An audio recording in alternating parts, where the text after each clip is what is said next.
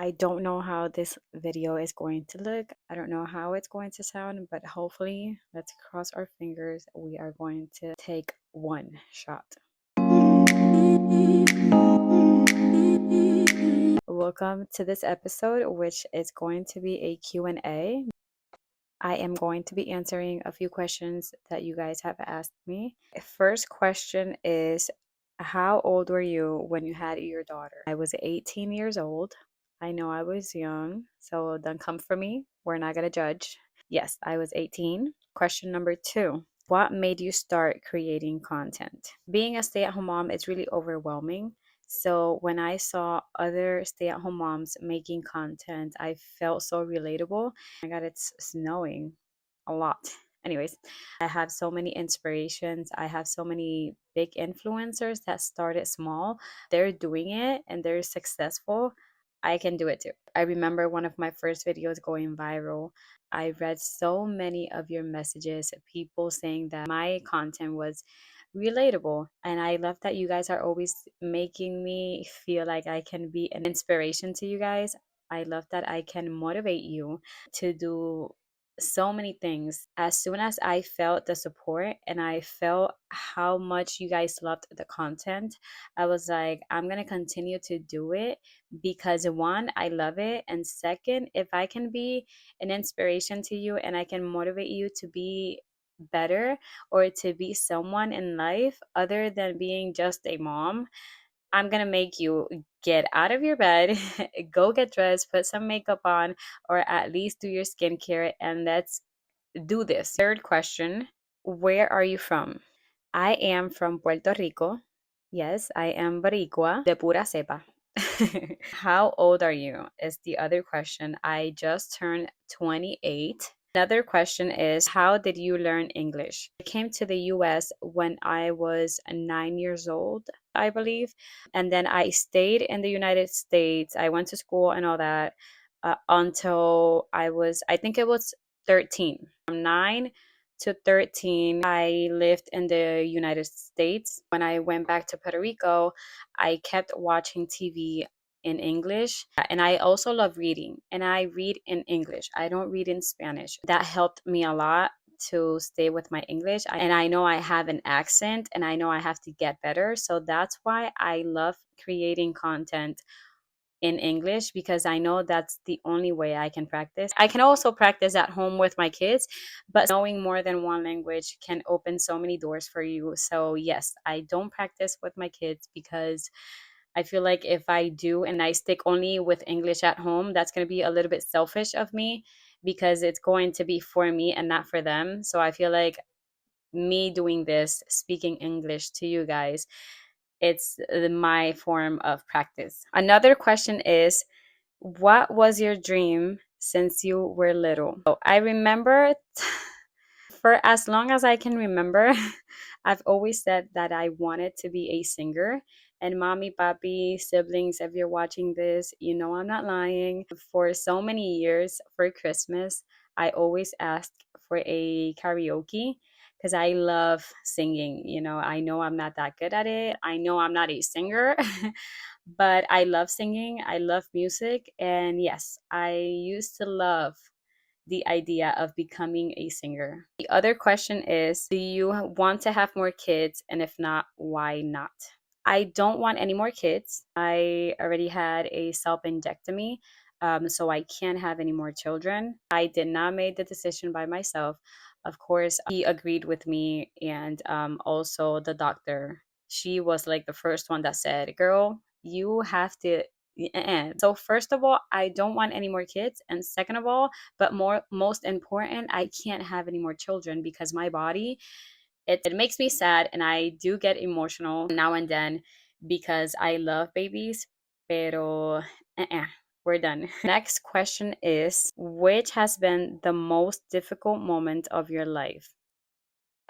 I'm 28 years old, and I know I'm young, but I've been through a lot. Sometimes I make jokes and I be like, girl, I can write my own book. I can't point and I can't pick a moment that was worse than the other one, because I feel like I have a lot to say, and it's a really deep conversation. We should leave that story for another video. Maybe in another video I can be more open about it. A story for another day, for another video, and for another moment. Next question. How do you organize your days? I love that question, and I can talk about that for hours. I have a planner on my iPad. I have a week calendar on my fridge. Always organize my weeks on Sundays or Saturday nights. Why do I do this? I do this because it makes me feel better, makes me not forget certain things, makes me feel and be so much organized. And I don't like a dirty house. I love being organized. This is what I do. I take my iPad, plan a menu for the whole week, and I divide my chores through the whole week. I do a Monday reset. My room, my living room, my kitchen, I vacuum, I deep clean. Let's say a Tuesday, I can do laundry, and Wednesday, I clean bathrooms.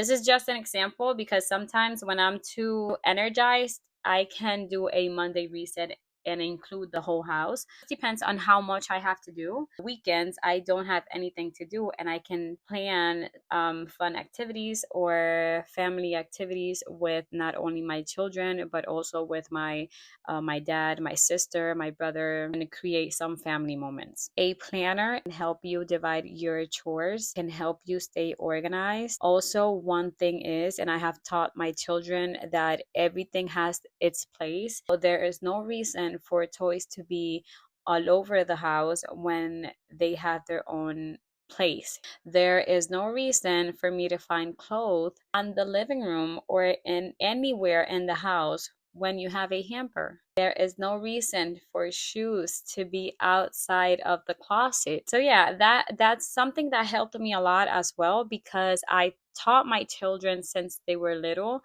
that they have to be organized, because I am not the type of mom that is going to be doing your job and my job. I hope I explained myself, and I hope that helps a little bit. Next question. What do you think about self love?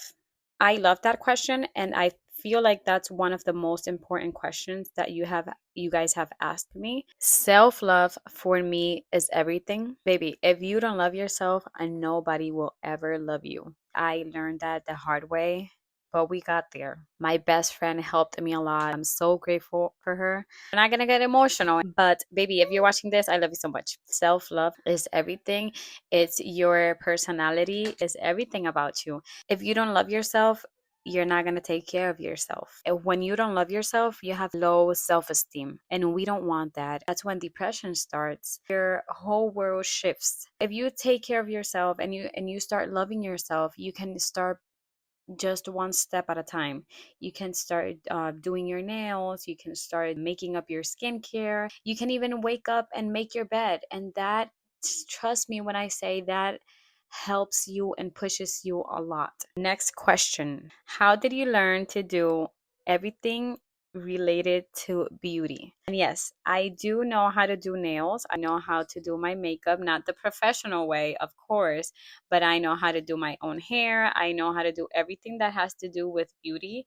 And I know my nails are looking rough right now, but we're going to ignore that. And because of my mom, mommy, if you're watching this, I love you so much. She is a professional cosmetologist. So everything she did, I did it too. She is a fashionista. She used to do my sister and my hair every Sunday. She used to do our nails since we were like 9 years old or less. I think I was in first grade when I had my first acrylics. I saw my mom and I copied her. Next question is, what content could we wait for the next video or for a podcast?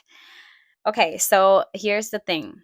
I want to start a podcast. So if you have enjoyed this video and you have enjoyed this conversation, in the comments, let me know if I should start a podcast. I want to start a podcast, not any podcast. I want it to be about women in general. I want to talk about all the things women go through, maternity, depression, being a stay-at-home mom, being a mom, and also setting up your boundaries because you're a mom and you're also a woman. Those two things are not talked about a lot. I want to start a podcast for us women to open up and talk about everything we go through. You have to let me know if I should start the podcast, and if not, it's okay.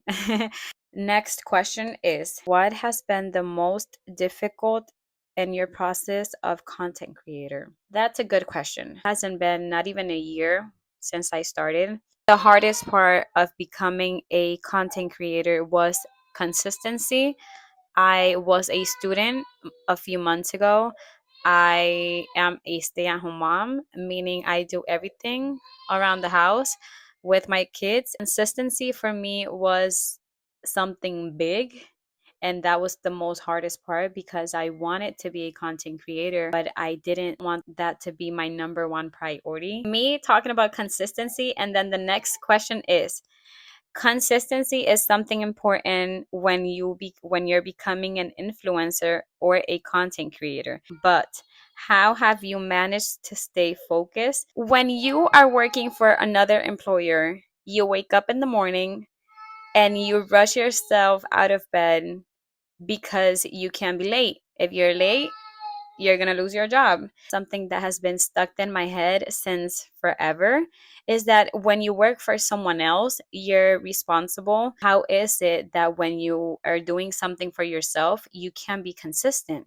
You don't wake up early, you don't do things in the house because you don't have to do them or you can do them later. I changed my mindset. So if I was responsible and a good employee and everything else for someone else, I'm gonna do that for myself as well because it's for me. I have goals that I have to accomplish.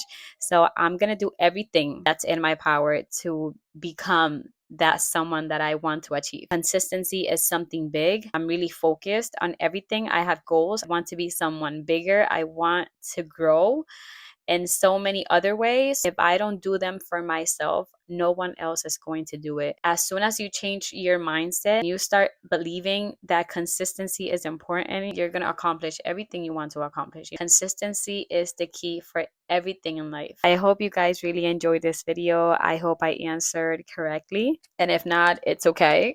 Don't forget to subscribe, comment, and like this video. I will be seeing you guys in the next video. I love you guys so much. Thank you for being here.